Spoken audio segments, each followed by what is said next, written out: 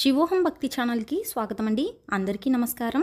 2025 సంవత్సరంలో భోగి పండుగ రోజున భోగిపళ్ళు మొదటిసారిగా పోస్తున్న వారు ఎలా పోయాలి, ఏ వయసు పిల్లలకు భోగిపళ్ళు పోయాలి, ఏ సమయంలో పోయాలి, భోగిపళ్ళు పోసే విధానము మరియు భోగిపళ్ళ పురాణ కథనం గురించి పూర్తి వివరంగా తెలుసుకుందామండి.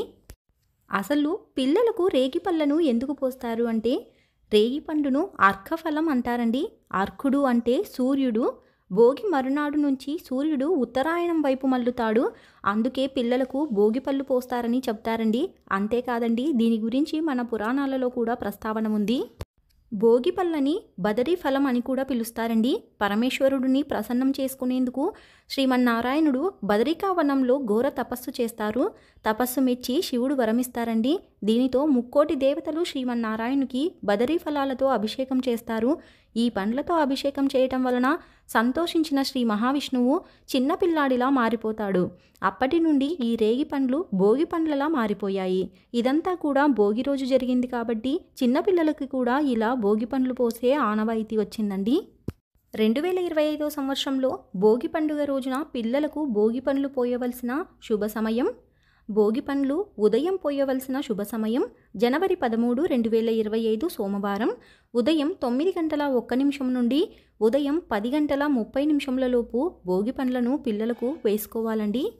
భోగి పండ్లను సాయంత్రం పిల్లలకు వేయవలసిన శుభ సమయం జనవరి 13, 2025 సోమవారం సాయంత్రం 4:51 నుండి రాత్రి 7:05 లోపు భోగి పండ్లను వేసుకోవాలండి. పిల్లలకు భోగి పండ్లను పోసే ముందు కృష్ణుని విగ్రహం లేదా ఫోటోను అలంకరించుకోవాలండి. భోగి పండ్లలో రేగి పండ్లు, బంతి పువ్వు రెక్కలు, చిల్లర నాణేలు, చెరుకు గడలు, అక్షింతలు కలుపుకొని ఉంచుకోవాలండి.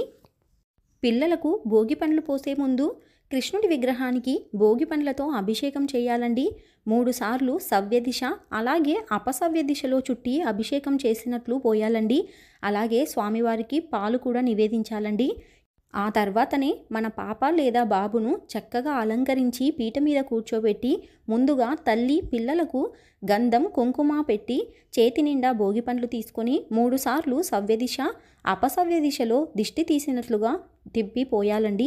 ఆ తర్వాత అక్షింతలు వేసి హారతి ఇవ్వాలండి. ఈ భోగి పండ్లను మొదటిసారిగా పిల్లలకు పోస్తున్నట్లయితే వయసు బేసి సంఖ్యలో ఉన్నట్లు చూసుకోవాలండి. బేసి సంఖ్యలో ఉన్నప్పుడే మొదలు పెట్టాలండి. అంటే 1, 3, 5 అలా అన్నమాట. ఇలా భోగి పండ్లను వేయటం వలన ముక్కోటి దేవతల ఆశీర్వాదాలు లభించి ఎలాంటి అనారోగ్య సమస్యలు రాకుండా ఉంటాయని చెప్తారండి. తర్వాత ఇంట్లో ఉన్న పెద్దవారు కూడా ఇదే విధంగా పోయాలి. ఇంటికి ఎవరైనా వస్తే వారికి తాంబూలం కూడా ఇస్తే మంచిదండి. ఈ భోగి పండ్లు పోసే విధానము ఆనవాయితీ లేని వారు కూడా చక్కగా చేసుకోవచ్చునండి. పిల్లలకు భోగి పళ్ళను పోసిన తర్వాత దిష్టి భోగి పళ్ళని ఎవరు తొక్కని ప్రదేశంలో కానీ పారే నదిలో కానీ వదిలివేయాలండి. అందులో ఉన్న చిల్లర నాణాలను పేదవారికి దానంగా ఇవ్వాలండి. ఇలా ఎవరైతే ఇంటిలో బంధుమిత్రులను కుటుంబ సభ్యులను భోగి రోజు పిలిచి పిల్లలకు భోగి పళ్ళు పోస్తారో, అలాగే భోగి రోజు శ్రీమన్నారాయణ్ణి సూర్యభగవానుని ఆరాధిస్తారో వారికి భోగ భాగ్యాలు సిద్ధిస్తాయని పురాణ వచనమండి.